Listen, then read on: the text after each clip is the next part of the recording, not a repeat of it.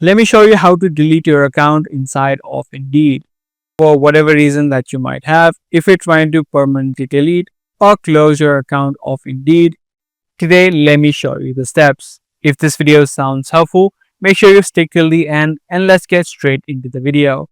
Now, if you're using the mobile phone as well and using the mobile app, it's gonna be the same process. You just need to head over to the settings, and inside of settings, make sure you're inside of account settings.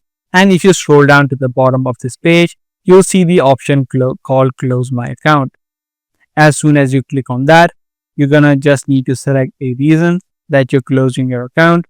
And it says right here, this action cannot be reversed, meaning once you close your account, it cannot be undone.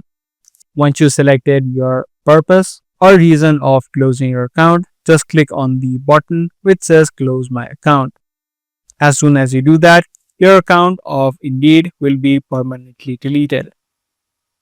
That's all for this video. If this guide video was helpful, do let us know by giving this video a thumbs up, and also make sure to subscribe for more future videos just like this.